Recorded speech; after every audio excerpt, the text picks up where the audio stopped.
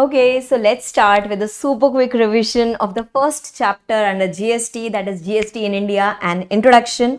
I am taking this particular revision from your summary notes, from your super quick last day revision notes. Okay, just a small thing, these revision notes are to be used only for the purpose of revision, okay, and not for first time studies. For first time studies, main content book is to be used. Yes. Let's start with it, everyone. So it has to be a super quick revision. Okay, all the provisions we will try to revise, yes, in a concise manner. Now, first chapter, that is GST in India and introduction. Basic things that we need to know is, first of all, GST is a destination based tax. That is, revenue of GST should go to that particular state where the goods are going to go. Okay, wherever is the final destination of the goods, at that place the revenue, at that particular state the revenue should go.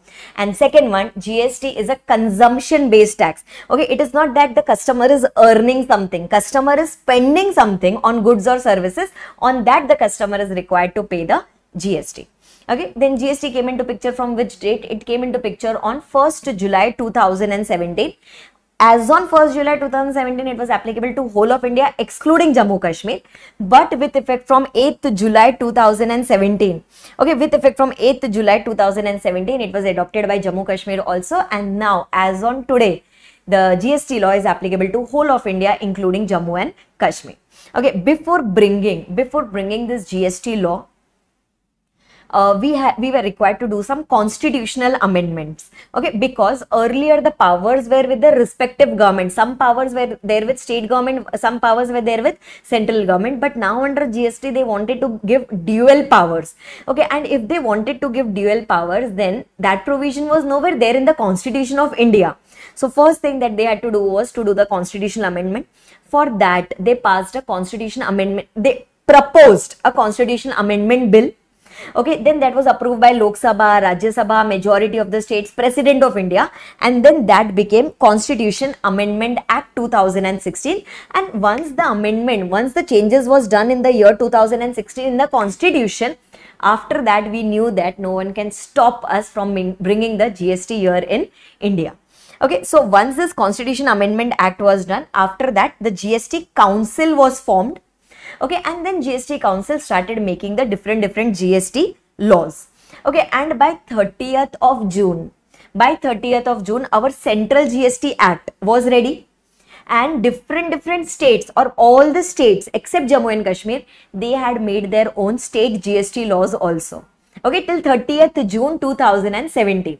So from the very next day, that is 1st July 2017, GST was made applicable to whole of India excluding Jammu and Kashmir, and later Jammu Kashmir also adopted it.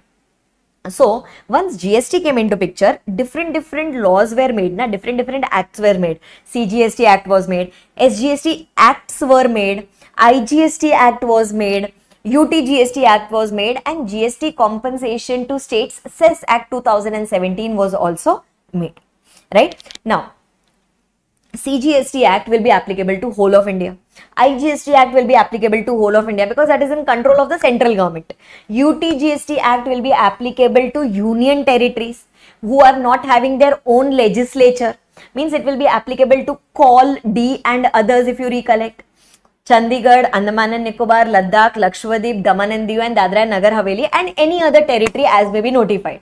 So it will be applicable to these 5 union territories. Okay, all others will be considered as states. Yes, Maharashtra, Tamil Nadu, Rajasthan, Gujarat, etc., UP, MP, etc. These will be considered as states.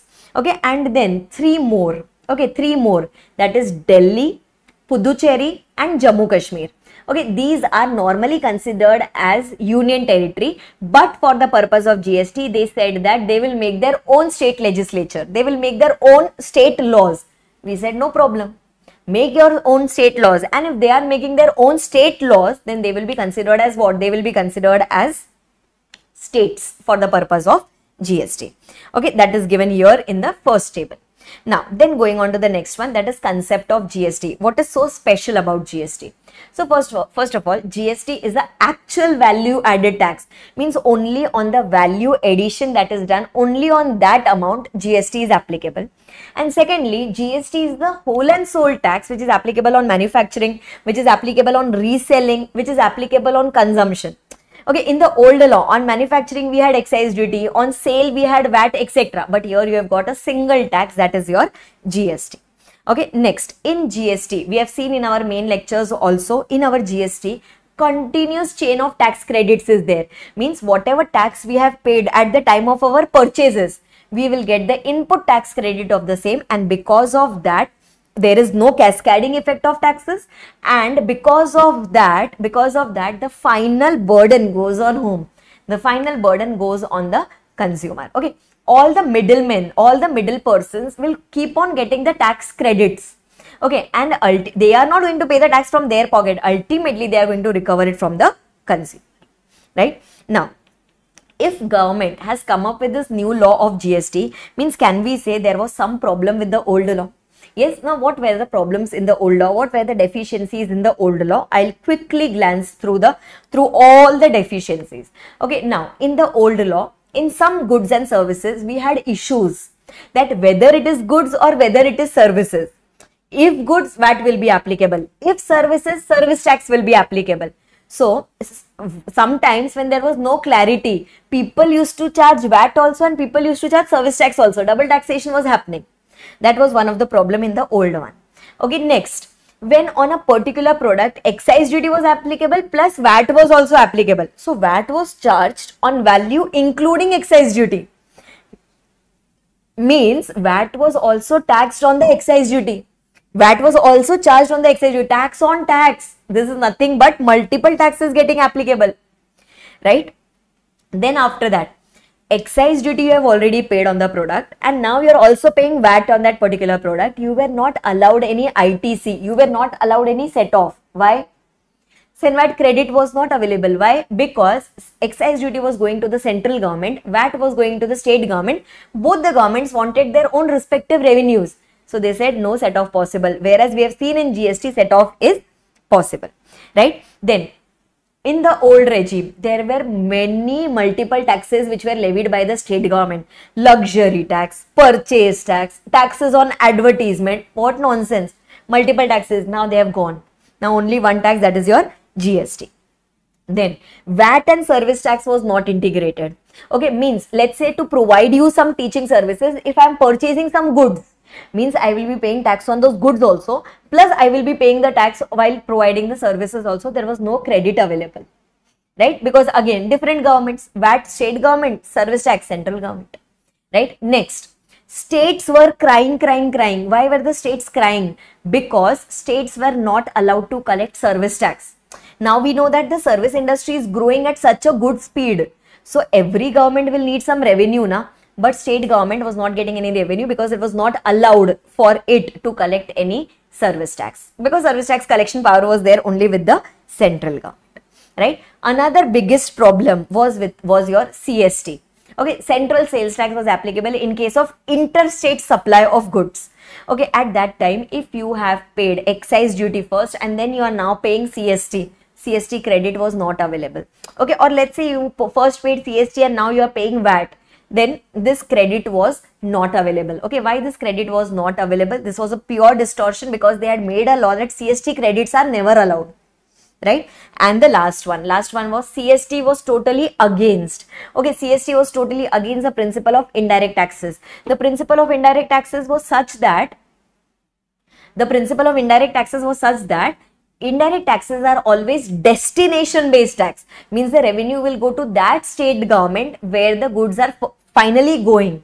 But CST was opposite. CST said I am origin based tax. Origin based tax means the revenue will go to that particular government from where the transaction has started.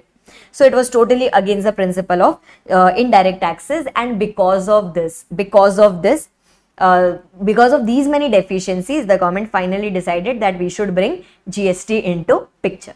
Okay, now we have got some features of GST or framework of GST. Just try to understand the pointers. Okay, first one, can we say GST is a dual GST model because the powers are given to both Parliament as well as the state government. Then, which all type of taxes are applicable? CGST is applicable, SGST is applicable, IGST is applicable, UTGST is applicable. Ma'am, when which type of tax is applicable? So, in case of intra-state supply, okay, within a same state, two taxes will be applicable, that is CGST and SGST. Acha, what if it is within the same union territory?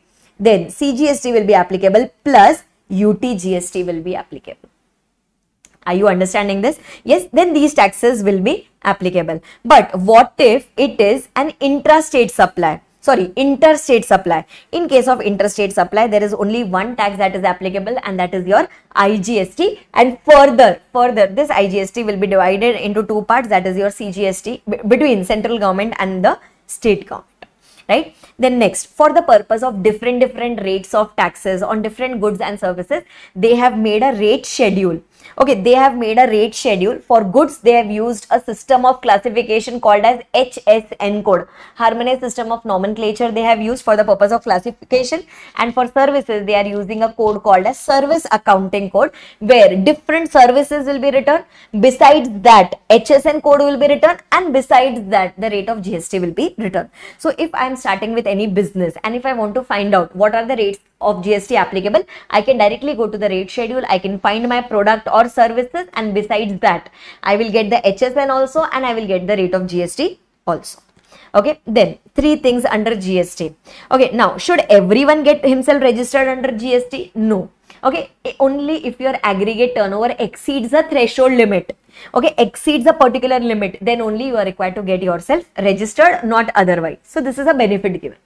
Okay, next, even after registration, if you are a small person, okay, I am not quantifying it now because anyway we will do it later, but if you are a small person, then you can cover yourself under this composition scheme, means where directly on your turnover, okay, directly on your turnover, you can pay a flat rate of GST.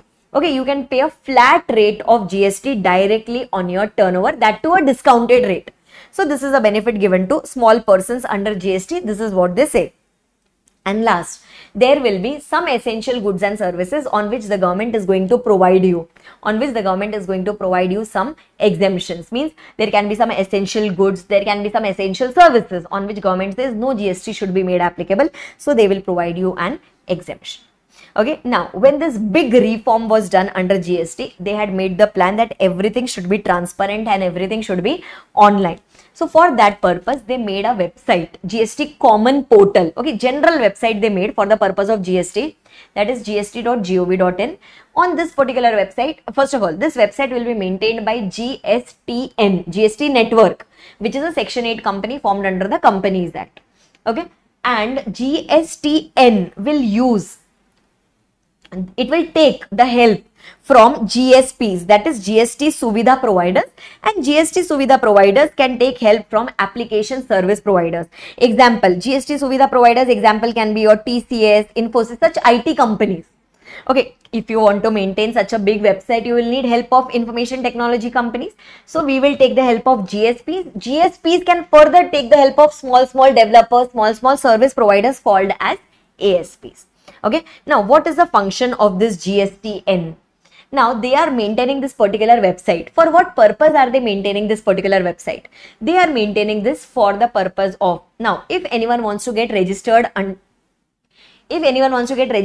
GST, use this website. If you want to make the payment of taxes, use GST. Okay, if you want to file returns to the government, use this website. Okay, use this GST Common Portal. Okay, then remember that bifurcation of IGST between center and the state, that will be done by the GST portal backend. MIS reports, Management Information System reports, will be generated by the portal and will be shared by with the central government and state government about us. Right? My profile, taxpayers profile, analysis of my profile will be shared with the central government and state government, that am I a regular taxpayer or am I a defaulter person? Right? And then input tax credit calculations will also be done on this particular website. These are the functions of the GSTN. Okay, for everything we use the GST common portal except for one small thing, that is for making a document called as electronic waybill, e-waybill. For e-waybill we are going to use another website called as e-waybill.gst.gov.in, which is maintained by Government of India. Means it is not maintained by GSTN, that is maintained by Government of India. Only for this one purpose we are going to use this website. Otherwise we are going to use the GST common portal, that is gst.gov.in. Are you understanding this? Yes. Then after that, the next one, that is compensation cess. Okay, compensation cess, we had discussed it in our main lectures, that earlier what used to happen, you know, on some luxury products, on some demerit products, taxes were fully levied by the state government. Okay, so entire revenue was going to the state government. But now what has happened? Now the revenue is shared between central government and state government. So who will suffer the loss of revenue?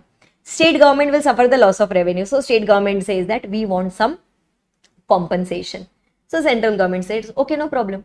Okay, we will collect a new tax called as GST compensation cess, and that will be paid to the respective state who has suffered the loss due to implementation of GST. Understanding this? Yes. Okay. Then after that, GST on certain products. Now you already know alcoholic liquor for human consumption. This is totally outside GST. If it is totally outside GST, does not mean that no tax is applicable. Okay. On its manufacturing, state excise duty is applicable, and on its sale, VAT or CST is applicable. Oh my God. Means we are there under the old system till now for alcoholic liquor for human consumption. 5 petrol products, petroleum crude, petrol, diesel, natural gas, ATF. Till now GST is not applicable. It will be applicable from a later date. On that, central excise duty will be applicable at the time of its manufacture, and VAT CST will be applicable on its sale. Okay. Tobacco, GST is applicable, but on its manufacturing, central excise duty is also applicable. Two types of taxes applicable: demerit products, levy more and more taxes. Okay. And last, drugs, that is OPM, Indian hemp, narcotic drugs, etc. On that also, GST is applicable at the time of sale, but at the time of manufacture, state excise duty will be applicable. Are you understanding this? Yes, this is about the applicability of GST on various transactions. Okay, now listen. Now, when we did this transition, okay, when we did this transition from old law to new law, can we say in old law, subject to the above mentioned products? Okay, subject to the above mentioned products, can we say old taxes are totally gone? VAT, CST, service tax, excise duty, etc. is totally gone, except on some products that we just now studied. Okay, means can we say those taxes got subsumed in GST? Those got merged in GST. Now, on who did this merger? First of all, this was done by the council called as GST Council. Now, what logic did it apply while doing this subsuming of taxes in GST? So, 4 principles. Okay, 4 principles they applied while subsuming the taxes. Ma'am, what 4 principles? First of all, whatever taxes you are subsuming, those should be indirect taxes only. Secondly, whatever taxes you are subsuming should be a part of the transaction chain. Means it should be those taxes which starts from manufacturer to the consumer, or which starts from service provider to the service recipient. Excise duty, VAT, CST, service tax. Those taxes should be subsumed and GST should be made applicable. Then only those taxes should be subsumed which were relating to goods and services. Any taxes which does not relate to goods and services should not be subsumed. I said okay. Example, income tax. Example, stamp duty. Example, municipal taxes. These are not related to goods and services, so these should not be subsumed. And the last one, there should be a revenue fairness. Okay, for state government as well as central government, both of them should be getting equal amount of taxes or equivalent amount of taxes. So depending upon that, we subsume the different taxes in GST. Ma'am, which taxes got subsumed? Which taxes got subsumed? Now, in central taxes. Okay, in central taxes, your excise duties got subsumed, service tax got subsumed, CST got subsumed, and all the surcharge and cess which were there under the old law, those got subsumed. Okay, in state taxes, your VAT got subsumed, entry tax, purchase tax, tax on advertisement, tax on betting, lottery, gambling, etc. Entertainment tax by the state government, that got subsumed. Yes, all, and surcharge and cesses under the old law, all these taxes got subsumed. So ma'am, which taxes are left? Basic custom duty, duty to compensate GST, GST compensation cess, entertainment tax by local authority, that is still there, property tax, stamp duty, etc. These are still prevailing. Okay, these are not subsumed in GST. Then we had already studied about this manner of utilization of ITC. If you have got IGST credit available with you, use it first against IGST liability, then against CGST or SGST, no sequence. If you have got CGST credit available with you, first use it against CGST liability, then against IGST, but not against CS cross, right? And the last one, if you have got SGST credit with you, first use it against SGST liability, then use it against IGST liability, but not against CGST liability. And then for seamless flow of credit, we had already discussed. Do you recollect? We had done full numerical question for interstate and intrastate, that finally the revenue should go to that government where the goods are finally going to land, right? Till here, all your features of GST, framework of GST gets completed. And now the last two provisions, one is talking about benefits of GST, another one is talking about constitutional provisions. So they just highlighted a few benefits of GST. Now, benefits of GST to our economy as a whole is that, first of all, because of one nation, one tax, there is only the entire India is considered as one market. Means if I am purchasing the goods in one state, or if I am selling it to another state, or if I am purchasing it from another state, doesn't matter. Same amount of taxes will be applicable. So full India is considered as one unified state. Okay, unified market. Because of input tax credit, etc., more and more people have started manufacturing here in India. Okay, if they have started manufacturing here in India, can we say more money is now invested here in India itself instead of going out? Yes, and because of that, more and more employment opportunities are also created. Are you understanding this? Yes. Then after that, because of this particular structure, they say that there is ease of doing business, because everything has become transparent. Okay, whatever is your amount payable, that will be shown on the portal. Whatever is your input tax credit, that will be shown on the portal. So this has become kind of simple.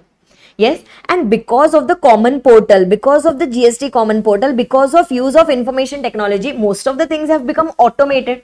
So it has again become simple from the taxpayer point of view, and because of that, the compliance cost, has gone down. The work which was earlier done by 5 employees, now that can be done by 2 employees only, right? And then starting from your agriculture sector to the tertiary sector, that is to the service sector, everyone has got benefited because of the concept of ITC. And because of the concept of ITC, they are not required to bear any amount of taxes, right? The taxes is shifted on the final consumer, and that has also eliminated your cascading effect. There is no tax on tax, because at every level you get the benefit of input tax credit, right? And last, because of the registration process, okay, registration threshold limits, okay, and because of the benefits given to the composition scheme dealers, okay, there are, can we say, benefits given to small traders, small entrepreneurs, small businessmen also. So they are telling that as a whole, there are many benefits given under GST, because of which so many people have got the benefits, right? And then going on to the next one, that is last one, that is your constitutional provisions, about which we had already studied that before bringing GST, we had to do some constitutional amendments. Okay, why? Because earlier the powers were there with the respective governments. Now they wanted to give the dual powers. So for that, there was no provision in the constitution available. So now we have to give them the powers. Okay, now India works in 3 tiers. Biggest government is central government, then your state government, and then your local authority, and each of the government have been given their own respective powers to levy the taxes, right? And article number 265 says that without power, no taxes can be levied. Okay, if there is no authority in the constitution, then you cannot levy any XYZ taxes, not allowed, right? Then article number 245 of the constitution says that if parliament is making a law, it is applicable to whole of India. Parliament, whole of India. And if any legislature of a state is making any law, then it is applicable only to that particular state. Fair enough. Okay. Acha. Then Article 246 contained the exclusive powers given to the parliament, exclusive powers given to the state. Example, 7th schedule to article number 246 said what? It said that union list will contain all those powers. Okay, union list will contain all those matters where the powers are exclusively there with the central government. Example, income tax. For income tax, all things can be done by whom? For income tax, all things can be done only exclusively by the central government. State government cannot interfere at all. Okay, similarly, state list will contain all those matters. Okay, state list will contain all those matters where the powers are exclusively with the state government. Example, stamp duty. Example, VAT in the old law. Central did not have any say in that. It was not allowed to say anything, right? And the last one is your concurrent list. Concurrent list is such matters where the powers are there with both of them. Powers are there with central government also, plus the powers are there with the state government. And now one thing newly added in this particular list is the GST. Right? Now, next question arises, ma'am, okay, these were the existing articles, but why do we need amendment? Now, that answer you already know. Why do we need amendment? Because we wanted to do integration. Okay, we wanted to give powers to both center as well as state. For that purpose, they added 3 articles. Okay, which 3 articles they added? Article 246A, Article 269A and Article number 279A. These 3 articles they added only for the purpose of GST. Okay, now what was told in Article number 246A? What was told in Article number 246A? It said that for GST, powers have been given to Parliament as well as joint as well as legislature of the state. Dual powers are given to both of them together to make all the laws relating to GST. Okay, ma'am, very good. Okay, but exclusive powers relating to interstate supply. Okay, exclusive powers relating to interstate supply and place of supply matters have been given to the Parliament. Means there the decision will be taken exclusively by whom? There the decision will be taken exclusively by the central government. Right? Then next article that they inserted, that was totally talking only about interstate supply. Can you tell me few things about interstate supply? For interstate supply, who has the power? Only central government or Parliament has got the powers to make the laws. Okay, in case of interstate supply, which tax will be applicable? IGST will be applicable on interstate supply, including imports. Imports was also considered as interstate supply. Okay, whatever IGST you collect, that will be then apportioned between central government and state government. And any matters relating to place of supply, even that will be determined by whom? Even that will be determined by the Parliament. Right? And yes, one more important point, whatever amount is apportioned between the central government and state government, the portion of central government will not get transferred to the Consolidated Fund of India. Okay, Consolidated Fund of India belongs to the entire country, but this is whose revenue? This is the revenue of the state government. So this share will not get credited to the Consolidated Fund of India. Right? And the last article, article number 279A talks about what? It talks about GST Council. Okay, GST Council was formed by whom? It was formed by the President of India. Okay, it was actually constituted on, it actually came into force on 12 September 2016, but President constituted it on 15 September 2016 because after doing the constitutional changes, now what? Now someone has to come forward and someone has to make the GST laws. That GST law will be made by the GST Council. Okay, in GST Council, there will be people from central government also and state government also who will be coming together and sitting here, and they will be taking all the important decisions, or they will be making all the important recommendations relating to GST. Now, who all will come and sit in the GST Council? So, chairperson is your Honorable Finance Minister of the country. That person will be the chairperson. Then there will be 2 category of member. First one is going to be from the central government, that is Union Minister of the state, who is in charge of revenue or finance. He is the person from the central government. And then from every state we will take one minister who is in charge of finance or taxation. So likewise, we are going to have people from central government and we are going to have people from the state government coming up there. Okay. Now, what is the work of GST Council? So GST Council will say, which will recommend, okay? Final decision is of the central government, but GST Council will do the recommendations.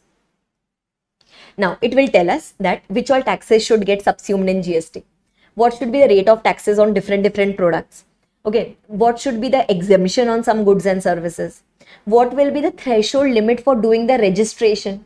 Okay, then after that, from which date tax will be applicable on those 5 products? Then it will make some special provision for some special category states of northeastern, Jammu, Kashmir, etc. Right? Then if there is any natural calamity or disaster, then if the government wants more revenue, it can even increase the rate of GST. So the new rate of GST will be suggested by the GST Council. These all are whose matters? These all are the matters of the GST Council. Okay, now to take all these decisions, can we say GST Council will have to conduct some meetings? If GST Council wants to conduct some meetings, it will have to conduct a meeting, and for that meeting there should be a quorum present. Minimum number of members should be present. That quorum is equal to half. Means half of the total number of members should be coming and sitting in the meeting. Then only the meeting will be considered as valid. Okay. Then whatever decision you are taking in that particular meeting, that should be approved by a majority. Okay, majority of 3/4 of the weighted average votes. Okay, means calculate how much percentage of people have voted in favor in central government, how much percentage of people have voted in favor in case of state government. Give them a weight. Okay, central government weight of 1/3, state government weight of 2/3, and then calculate the products and get the weighted average weight. There you should be getting a weighted average percentage of at least 75% who should have voted in favor. Then only that decision will be considered as passed. Okay, we have done numerical question also on this while our regular lectures. And last one is article number 368. This is not a new article, but they said in this particular article that if you want to do any changes in the GST Council, okay, let's say if you want to do any changes in the constitution of the GST Council, then that can be done by 3 level of approval. First, go to Lok Sabha, take 2/3 members approval. Then go to Rajya Sabha, take 2/3 members approval, and then go to the states. At least 50% of the states should say yes for doing the changes in the GST Council, and only after that the changes can be done. Right? This is all about your first chapter revision, that is GST in India and introduction. It is a very basic chapter. Yes, and for this chapter, I have put the summary notes, the last day revision notes. I have put it on my website arpitatulsian.com. You can go to the free resources. There you can find these notes, or you can also download it from my Telegram channel, that is Arpita Tulsian. Yes, and but please use these notes only for last day revision. Yes, and if you liked the lecture, if you enjoyed it, if you could recollect everything, do comment and do let me know how useful it was for you. It will motivate me also to bring more and more such revision videos for you all. Yes, thank you so much. Let's meet for the next chapter.